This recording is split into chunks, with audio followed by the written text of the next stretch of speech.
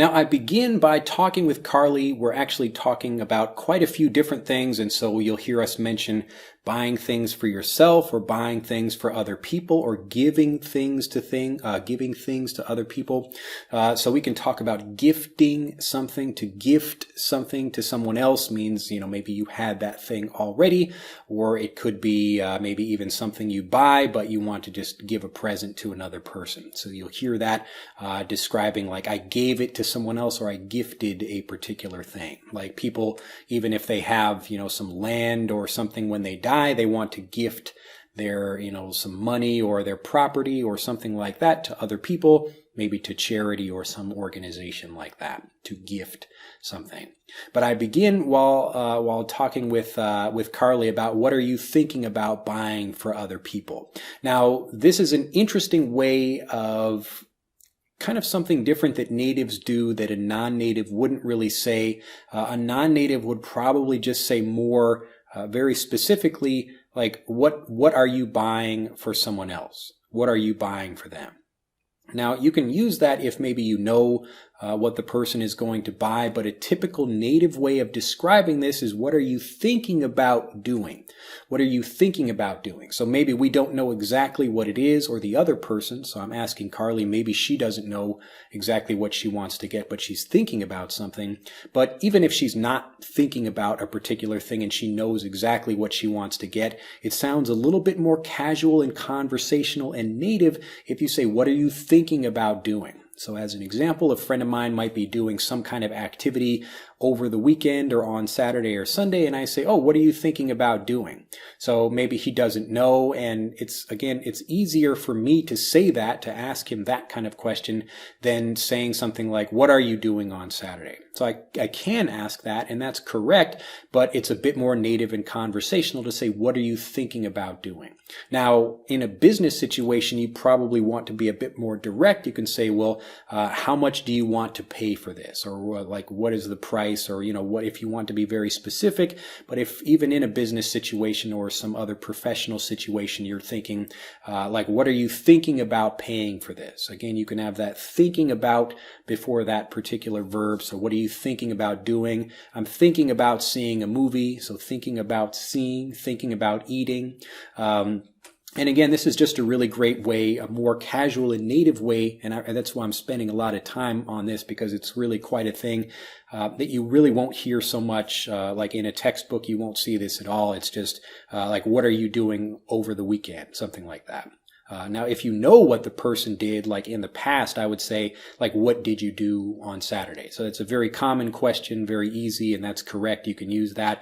But if you're talking about something in the future and you don't really know, what are you thinking about doing? Or I don't know. So thinking about doing something, remember this and use this when you don't quite know something, or you just want to sound a bit softer and you really don't want to make it, maybe try to like push the other person too much. What are you thinking about doing?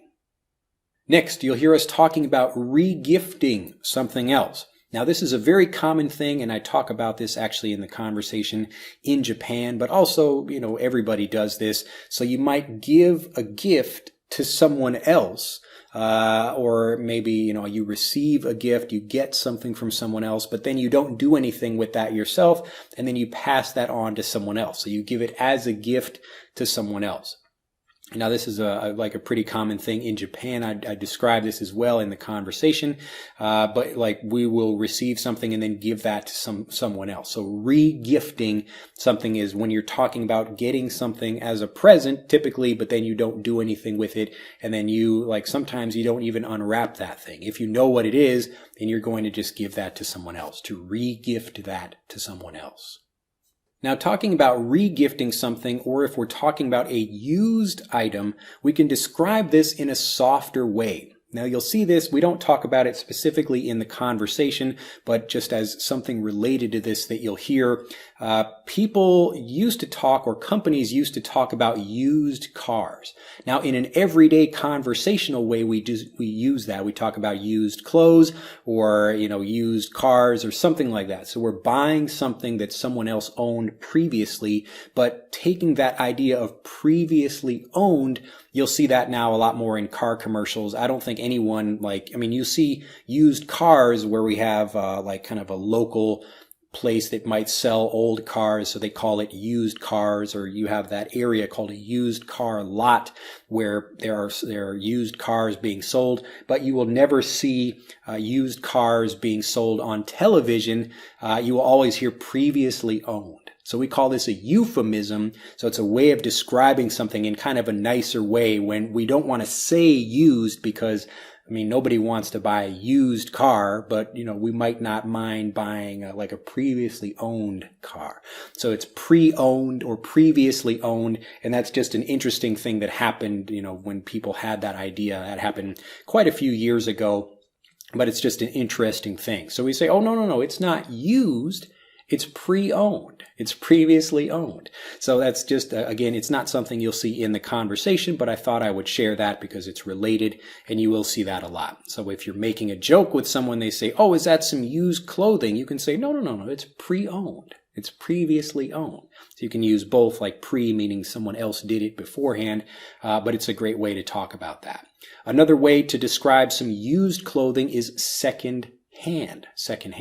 So if I buy something, you can think about I am the first hand, so like a company or a person or whatever, some organization makes something and I buy that thing. So if I'm the first person to buy that, you can think of me as like having first hand. We don't really use that expression. First hand typically means you're talking about like connecting with someone, or you're, you know, experiencing that thing directly. Like I have first-hand knowledge of I don't know, like koala bears or something. So first-hand knowledge of koalas. So it means I've been to Australia and I've touched koalas and I have first-hand experience with them. But when we buy things, we don't really talk about having like first-hand experience with something. But that idea still goes into clothing or other things that we buy when we talk about second hand. So if you buy something, remember I'm the first one who buys it, but if I sell that to someone else, now it's a used thing. Now it could be used clothes, it could be a used car, used anything, a used boat, or, you know, used furniture or something. But the person who gets it after me is getting it second hand. So you can get second hand or third hand or something like that. But typically any kind of, even if used clothes, you know, it's been used by many different people, we still just talk about it getting, someone getting it second hand. Now, you'll also hear people talking about something being gently used. So how well it's used, like if you go to Amazon.com or other websites where you can buy things that are pre-owned or previously owned or used, it will say, you know, you can actually get some different examples of the different English we use for ranking these different things. So you can say used, like if something is not touched at all, we can describe that as mint. So it's in mint condition. So these are things like baseball cards or other sports cards, or comic books or other things like that where something is in mint condition, or even like the highest quality would be like gem mint. So something in mint condition means it's really high quality, never been touched, or maybe it's in the original packaging. And then we go down from there, like from mint to like new. So used, but like new. So it's like new. Again, it's a great way of describing something where you don't know if it's actually new or not. People usually say it's used, but it's like new. And then you can also go a step down from that for something like gently used. So you can say, like, well, this is some clothing, like, yeah, it's been used, but it's only been gently used. So we used it nicely. And again, these are all just ways of trying to make something sound better than it is, but, you know, we're trying to be truthful at the same time. So something is maybe used or then gently used, or it can be well worn, or it can be really badly damaged. So you can go all the way from mint all the way down. And again, these aren't really things that we cover in detail in the conversation, but they're just things that come up, and I thought I would prepare them or prepare you for them. Now, related to this, you'll hear me mention it works perfectly fine. Works perfectly fine. So you'll hear this phrase perfectly fine, where it's a really interesting, we've got perfect, but we've got fine also. So we can say it works fine. So if a friend of mine, he's trying to sell me his old camera or something like that, I say, why are you selling me this? And he says, oh, well, I'm buying a new one, so I want to, to not have this one anymore. And in this case, we talk about getting rid of something. So to get rid of something, and it means like you could throw it away, or it just means you don't want it anymore, so you're getting rid of that thing. This phrasal verb meaning to remove something, or to maybe you want to dispossess that thing. So you don't want to have it anymore, you want to give it to someone else, and so that's what we use for this. So to get rid of something. So a friend of mine says, okay, I'm getting rid of this camera, do you want to buy it? And I say, oh, well, what's wrong with it? Or is anything wrong with it? And he says, no, nothing's wrong with it. It works perfectly fine. So it's perfectly fine. It's a perfectly fine camera. So it's a great camera. It's perfect. And then he can describe that like, oh, it's gently used. It's actually like mint, or, it's still in the box or something like that. But again, we can use these different ways of describing things to sound more native, but to be more specific about how well worn or how used something might be. Next, the word coincidence. Now, this isn't really related to shopping, but I thought I would add it here just because it's a great word you'll see often in conversations where something is such a coincidence. Like a friend of mine is looking for a new camera, but then he finds a camera, at some store for a really good price. And I say, wow, what a coincidence. So it's a really great thing that, he was doing this one thing and this other thing happened to coincide with that. So that's the verb of it, and the noun is coincidence. So what a coincidence. And so you'll see this is another great phrase you can use. It was such a coincidence. Wow, that's such a coincidence. It was such a coincidence. So incident meaning like something happened, and coincidence. So like two things are happening. And again, you can use this. It's a great way to describe that. It's just a really good phrase you can remember when two things happen and they really seem to fit perfectly together. Wow. What a coincidence. So I was outside visiting someplace and then my friend happened to be there too. Wow, what a coincidence. Next, to be bummed, or to be bummed about something, or to be bummed by something. Typically, we'll be bummed about something. It just means we're disappointed. But this is a conversational way of saying this, to be bummed. So I took a test and my scores were really bad and I felt bummed about that. So I felt really bummed about my test scores. So when people are talking about feeling bummed, they just mean sad. Now, think about this again, like your bum, like also this is like British English for your butt. So, and we can kind of use it like babies have a little bum also, talking about a baby's butt in American English. But when you think about, again, feeling bummed, you're just talking about feeling disappointed or sad. Now, something related to this is to make your heart melt, to make your heart melt. Now, this isn't about feeling sad. It's like the opposite. So we've got like something where you see a video on YouTube about a little dog that saves a small kitten from some trouble or something like that. And you say, oh, it just makes my heart melt. Listen for this carefully when it appears in the conversation, but this is a way of describing that you feel moved by something, very strong feelings, very emotional about something. So you have, again, very strong feelings about that, and you feel moved, and your heart melts. Your heart melts. Next, to get away with something. To get away with something. Listen carefully to how this phrasal verb blends together. To get away. Get away. Get away. So to get away from something, I'm going to cover both of these even though only one is used in the conversation.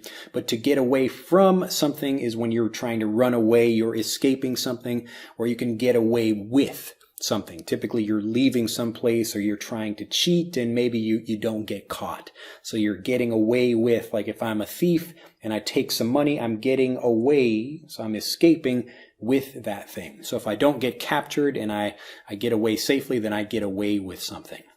And you'll see us talking about this in the case of giving a gift to someone else that maybe you received as a gift, or even it's just something you own and you're kind of making it look nicer as a gift where you're giving that to someone else.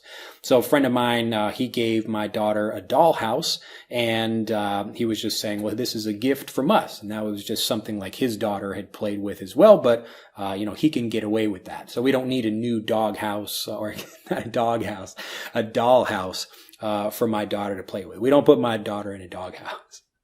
Next, another great phrase, when I saw this, I thought of you. When I saw this, I thought of you. Now listen carefully as I blend the whole thing together. When I saw this, I thought of you. I thought of you. Now I can say it even faster. I thought of you. I thought of you. Thought of you. I thought of you. So when I saw this, I thought of you. When I saw this, I thought of you. This is a great phrase you can use with people where you're in one place and you see something and it reminds you of a person, and so you buy that thing, and when you give that thing to that person, or even if you get it for free, it doesn't matter, but when you give that thing to that person, you say, when I saw this, I thought of you. Or when I heard this, I thought of you. So I'm listening to some music, and so I was listening to some music at a department store, and I heard a song, and I just sent the link to that friend of mine. I say, oh, when I heard this, I thought of you. So people are always happy when you're thinking about them. We're all just thinking about our own lives, or we're in our own heads, or in our own minds all the time. So it's nice to hear when other people are thinking about us. So when I saw this, or when I heard this, or when I tasted this, even if you try some ice cream or something and you want to send them some of that same thing, this is a great phrase you can use. Next, you'll also hear Carly and I talking about specific places where something is, and I say, oh, where is that place located? And typically, if we know specifically, we can give an address, but people generally, when they're sharing information about where a place is, we just say, oh, it's over by something. So it's by something or over by something, and we give general directions where some kind of landmark is. So a landmark is a place where most people know. So there's like a famous mall, or a famous bridge, or a statue, or something like that. So you can say, oh, it's over by this. So a friend of mine says, oh, that's a really nice shirt you got. Where did you get that? And I can say, oh, I got it at, the name of the store. And if he doesn't know what that is, I can say, oh, it's over on this street, or it's over by that thing. So it's over by the train station. And, if he really wants to know, I can draw him a map or something like that. But we usually go from more general, so the name of the place, to like the general area, to the specific location. So when you're having conversations with people and they say, oh, where did you buy that? Or where do you go to school? You don't have to say, I go to this school. You can be more general, and you'll actually sound more native if you do that. So, oh, where do you go to school? Like, oh, it's by the art museum or something like that. So even if you don't know the specific location, or they don't know it, it doesn't really matter. You're just speaking generally. Next, it's new to me. It's new to me, or I've never heard of it. So when I hear about something like some new music, or a new toy, or a new book, or something like that, even if other people have heard of that thing, I can say, well, it's new to me. Now listen carefully, because the to becomes like a t, or even a d when I blend it together. It's new to me. It's new to me. New to me. It's new to me. It's new to me. I've never heard of that before. I've never heard of that before. Heard of that before. Next, I can't say for sure. I can't say for sure. Again, just like we had to becoming more of a d sound, for becomes more of a fur sound, especially in American English. So I can't say for sure. So if I'm giving directions, or if people are asking me about something, they say, how many people came to the party last night? And I don't really know. I can say, well, I don't know for sure. I can say, I can't say for sure, but I think about 20 people. So I don't know exactly. And most people, when they ask you a question like that, they're not looking for a specific answer. Oh, how many people came to the party last night? Well, 24 people came. So nobody knows that information, but you can say, just as a beginning part of that, I can't say for sure, but I think about 20 people or 30 people, something like that. Next, saves money. Saves money. We'll cover a lot more things about spending money or saving money when you're buying things, but to save money, this is a really great expression when we're talking about the money that you don't have to spend because you bought something, or maybe you bought something, you got a good deal on that thing. So people want a really nice price or a discount in American English, and really just any English-speaking country, we can talk about getting a good deal on something. So if you go to a store, you get something for 50% off or something like that, you got a good deal on that thing, a good deal. Next, a shopping spree. A shopping spree. A shopping spree is when you go out and you buy a lot of things, and this is again when we have these transition moments in our life where maybe we're getting married or buying a new home or something like that. We go out on a shopping spree. So anything where you have a spree, it just means you're doing a lot of that thing. It's almost a little bit uncontrolled. So we can talk about a crime spree as well, or like a fighting spree or something. But it just means you're doing something where you're doing a lot of that thing in a short period of time, and it's almost a little bit uncontrolled. So I went on a shopping spree. My father gave me a whole bunch of money, and he said, go have fun, go on a shopping spree. So I bought a whole bunch of clothes and a whole bunch of other things like that. A shopping spree. Next, a clothing swap or a swap meet. A swap meet. Now, when you're buying things, you can trade things as well. So that's another thing that you can do. And there are places usually where we're offering used clothing or used goods. So you'll hear used goods just talking about things in general. So it could be used toys, used furniture. And again, we're talking about the secondhand market for things like that. So you buy something new from a store, and then you've got it used secondhand, or again, pre-owned or previously owned. But you can trade and get things from other people as well. So that's a swap meet. When you swap something, that's a casual way of talking about exchanging something. So I could swap clothes or swap shoes or swap, video games or something like that. I'm trading with a friend of mine. Now, it could be something just for the day. So we swapped books for the day. So I was using a friend of mine's books and he was using mine. And then we swapped back.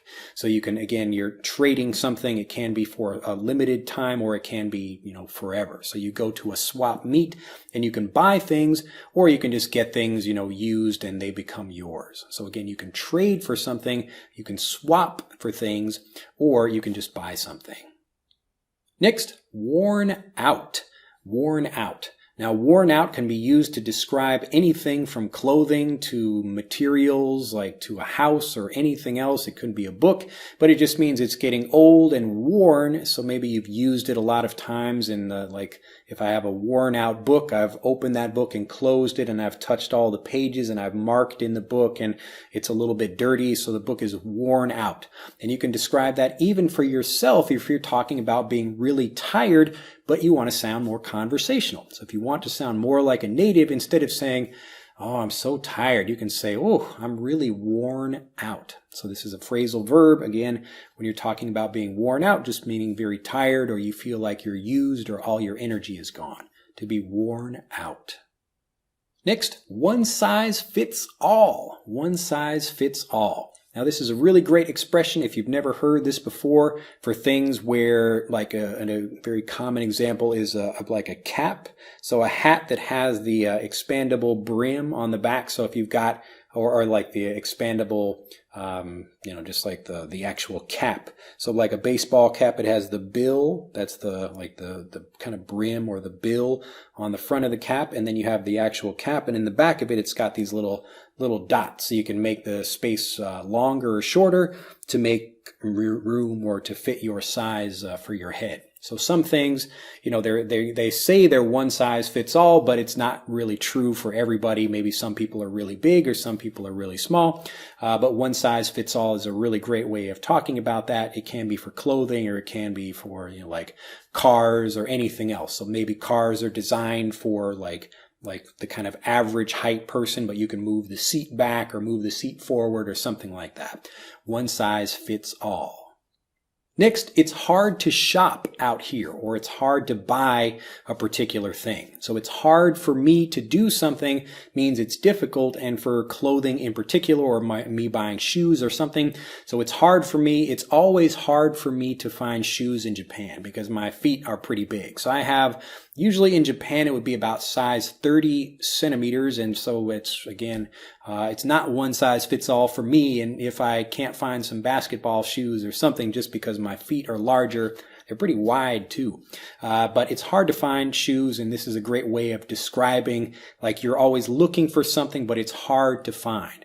So you can also describe this as like a person being hard to shop for. As an example, my father trying to think about a good Christmas present for him.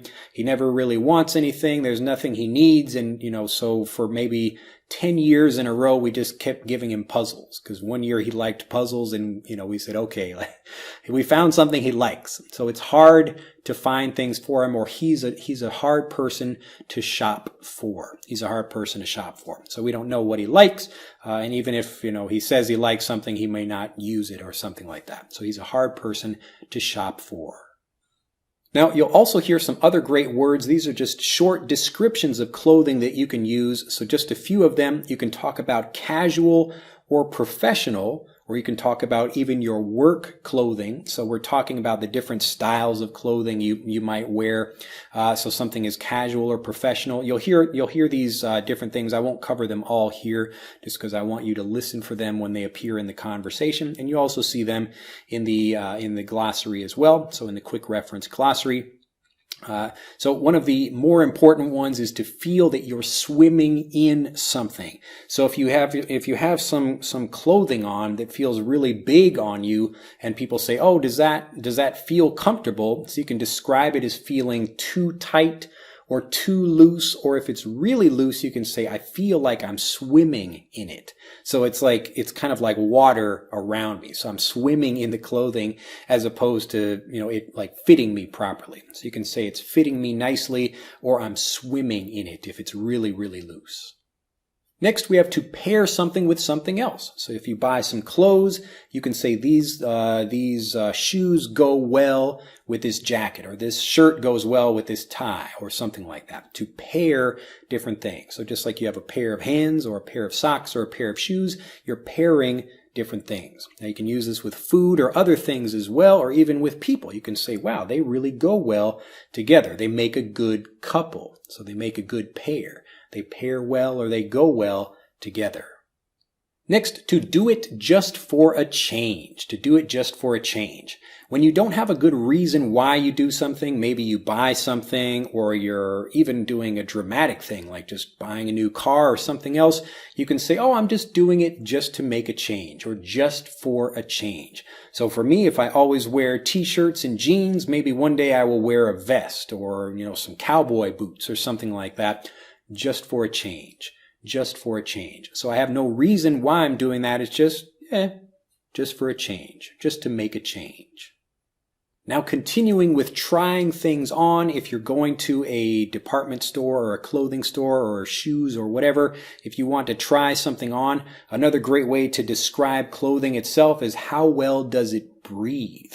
Now, this probably isn't something you'll find in a textbook, but it's a very common thing when you're talking about the kind of fabric that you like. So as an example, I like natural fibers. So natural fibers means things like cotton or wool, because they breathe easily. Now, if I wear synthetic, so synthetic things, it's like what's a good one? Like now I'm forgetting the names of these things, but like any kind of thing that's made from oil, where we have like a synthetic, so it's not a natural fiber, like polyester. Okay, there you go. That's the word I was looking for. It's like, what's that word? What's that word again?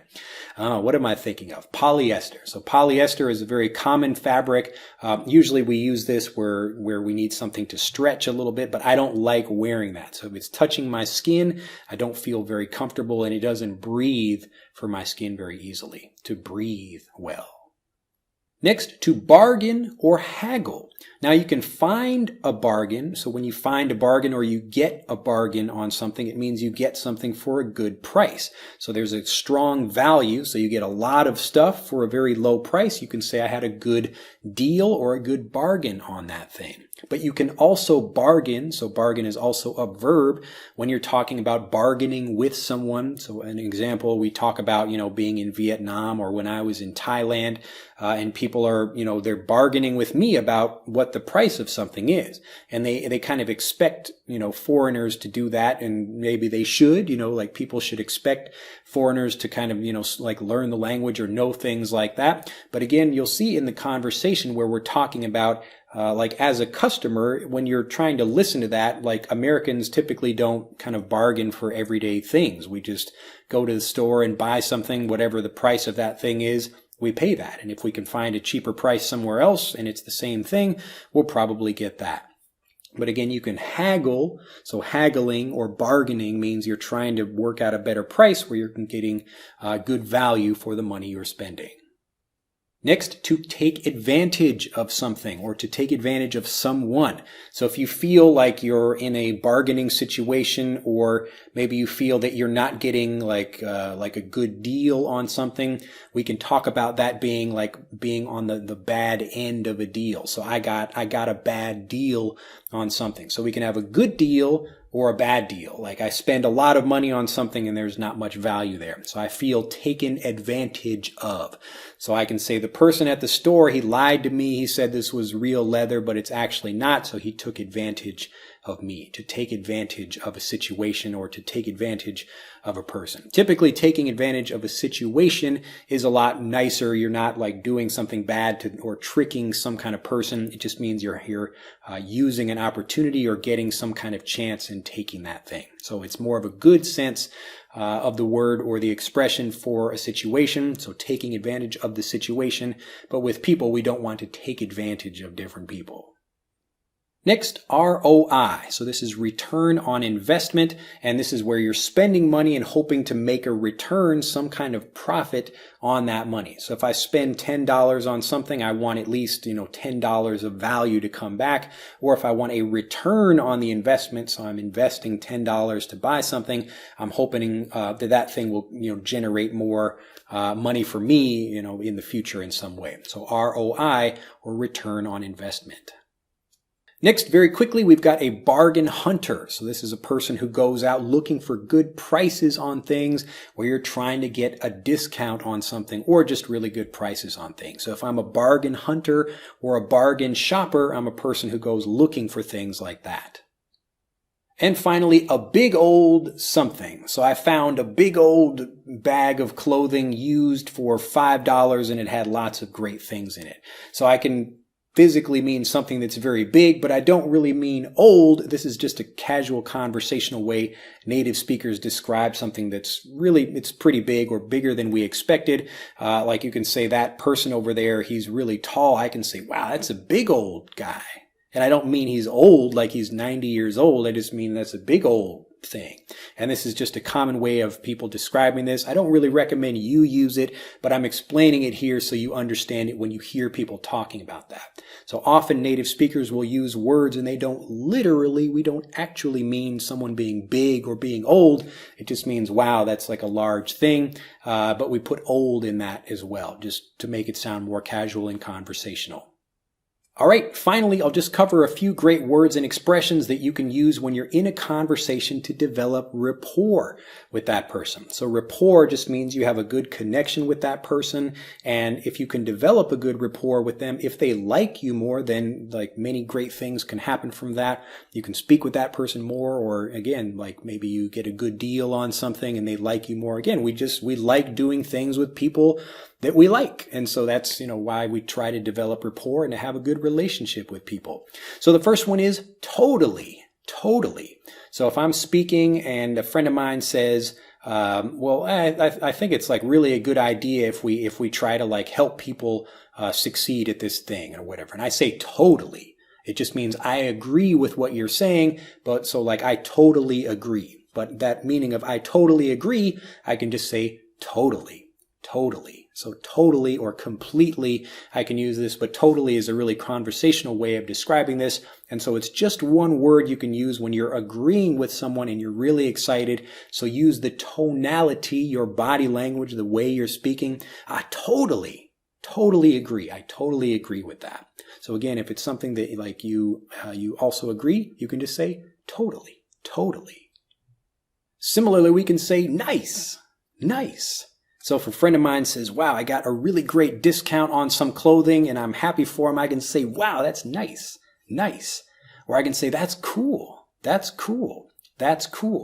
And again, even if I'm not, 10 years old or something, like all ages of people use the term cool. It's been around for a long time, and everybody uses that expression to say, wow, that was really cool. That was such a cool experience. So that's such a cool thing that you did for someone else. But you can just use these really short things like, wow, that's nice, or that's really cool. That's cool. Or even just nice, cool.